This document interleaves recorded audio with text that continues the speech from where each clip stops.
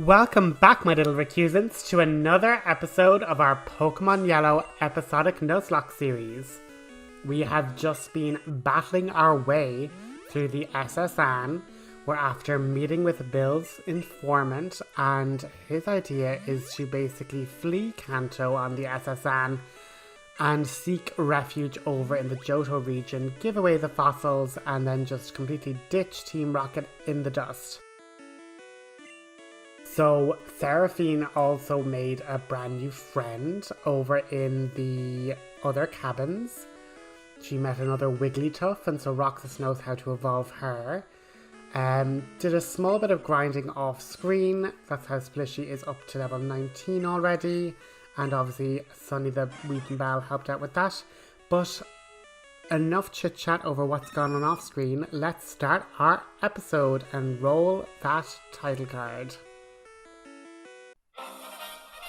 The Scourge of the Seas. So as Roxas continues to journey his way to the captain's quarters to ask for refuge and sanctuary to get over to Johto, he learns about the other types of moves Pokemon can use to help him out over the overworld. One of them being Cut, the other Strength. He's also heard now about people using Pokemon to surf across waters, which Roxas is not going to do anytime soon, given he's absolutely phobic of the water. Another gentleman asked to challenge Roxas to a battle, and Seraphine, now a good bit stronger, wants to take on this fight all by herself. Seems like only yesterday she was only a level 7 Pokemon, not able to take part with much of the team, and now that she has strong moves like Body Slam, she is well able to hold her own against these Pokemon that are about her level. The only issue I'm finding with Seraphine is that she's just that little bit frail. Like, I was thinking of giving her Bide. I know, teaching her another TM, like literally all of her moves were TMs at this point. But I'm thinking of like giving her Bide just because she could probably one-shot just about anything because of her high HP stat. I'm just concerned that she wouldn't survive 2 or 3 hits, so I'm not sure if evolution is going to be the way forward for her, just as Liam, not the narrator, you know? But I'm liking how the team is so far. Yeah, again, just cutting out the tedious back and forths to the Pokemon Center. As I say, if there is a death or something major, I will leave it in. But as Roxas happens to be talking about the Wigglytuff earlier on board, this other lass says that she has a powerful Jigglypuff herself, and that if she wins the fight, would she be able to have one of the Moonstones that Roxas provided so she could have a Wigglytuff herself. And though this Jigglypuff is stronger, higher in level, Seraphine makes it through and proves herself the top dog. And in seeing that Jigglypuff use Defense Curl and boost its defenses, Seraphine learns that same move again. So now that I will be able to boost her defense, there's one glitch in Generation 1 that applies the boosts given to badges to any type of stat altering move. We collect another rare candy as a reward. Since that girl didn't win the Moonstone, she offers us a rare candy in exchange. Roxas then overhears that it's such a pity that these Snorlaxes are blocking the way to Fuchsia City. They haven't been able to go visit the Safari Zone since, and there's lots of rare Pokemon there in Fuchsia City. And then, as he gets nearer and nearer the captain's quarters, the girls are going, oh my god, it smells so rotten, the captain's been so sick, that's why they've been delaying the leaving of the dock. And Roxas then, puts it to himself that he's going to go speak to the captain and hopefully be able to make him feel a bit better. So he'll be able to set sail shortly. And I think you guys all noticed that I kept Splishy very near his next level up, but we're going to move him to the front so we can switch him out. So he will level up in this battle, and I think for any Pokemon fans, I think you all know what happens to a Magikarp once it reaches level 20. So are we ready for that drama to ensue? Let's keep going as our rival basically throws shade and is like, oh, I didn't think you'd be invited. Like, Sora is invited because he's the grandson of Professor Oak and he has his own kind of level of prestige. But just the fact that he basically says, yeah, like, here I am with actually good Pokemon, and I'm hearing all across the cruise that, like, some whiz kid is here beating up all the other staff, all the other sailors, and beating them in Pokemon contests and getting all this renown. So Sora squares up for a challenge. Splishy basically hops up looking really, really agitated, and once again Sora just laughs at Splishy and basically says, you know, really, if you're going to handicap yourself by only having, you know, 5 usable team members, then I'm not really sure what exactly you're hoping to achieve here. He continues on with his other Pokemon. The Rattata that destroyed Chrysalis was the first loss in our Nuzlocke. Huntress using even quicker speed when Sora calls out for a quick attack. Huntress just proves herself the faster and strikes down Rattata before it can do too much damage. Splishy, however, starts to get really agitated. The insults given by Sora just making it just splash and thrash around under the water and up from the water and under the water and up from the water.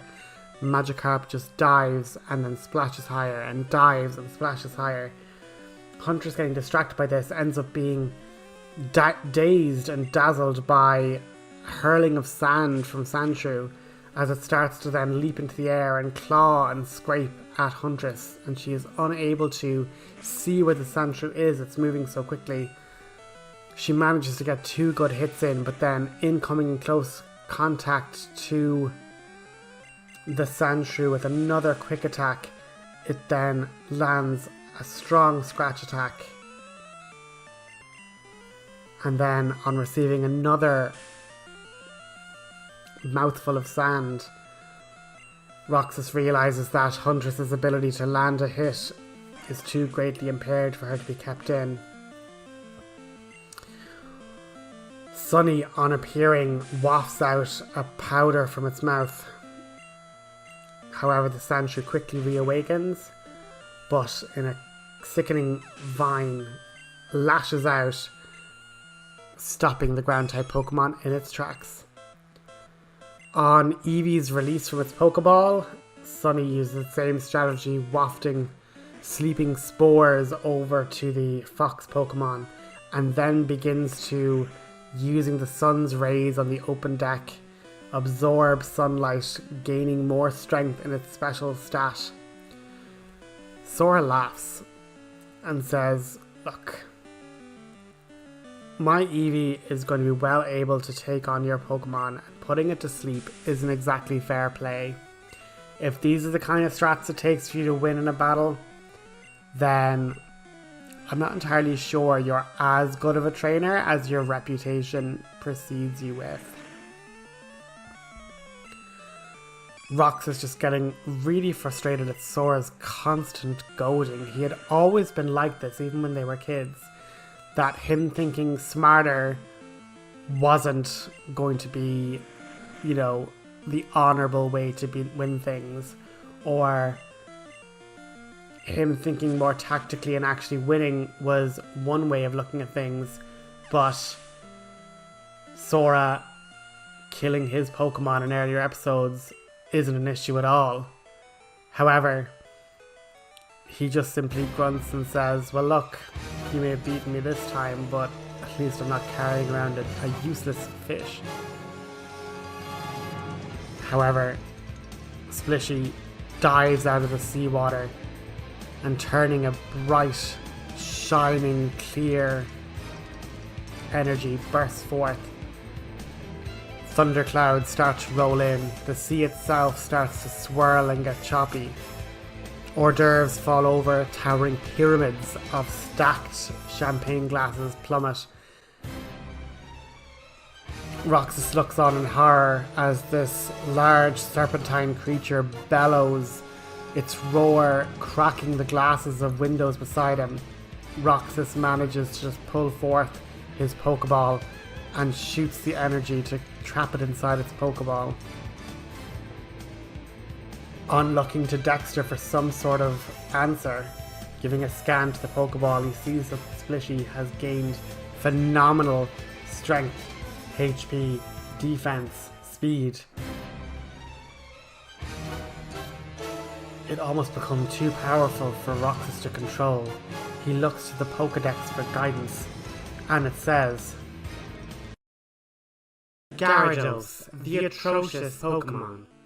Brutally vicious and enormously destructive, known for totally destroying cities in ancient times. Roxas' hand trembles, holding the Pokeball in its grasp. He almost feels as if this creature is just only wanting to burst free, to come forth and then ravage this entire ship. Sora, looking white as a ghost, simply flees to the port at Vermilion City. The captain comes down, holding a sick bag, and scolds Roxas. Can't believe you'd let something like that, the very scourge of the sea, near our sailing vessel on the day of her maiden voyage. Who do you think you are? What do you think you're doing? They take time aside and Roxas tries to explain everything. The captain shakes his head and says it's unfortunate, but I can't let you aboard the ship. The best thing I can do is to teach you how to navigate the world better. On giving him the hidden machine, his Pokemon are now able to cut through hidden paths that should allow him an easier escape. Roxas is told to take the dark tunnel up by Cerulean City and use it to stealthily make your way to Lavender Town, the city of the dead, where he should be able to find shelter. The PI agent looks sadly on, but knows that Roxas has to leave now. On stepping off the SS Anne, it slowly makes its way away from port. And with all that drama, that's where we're going to end our episode today, guys. Thanks so much for watching. I look forward to seeing you at the next episode.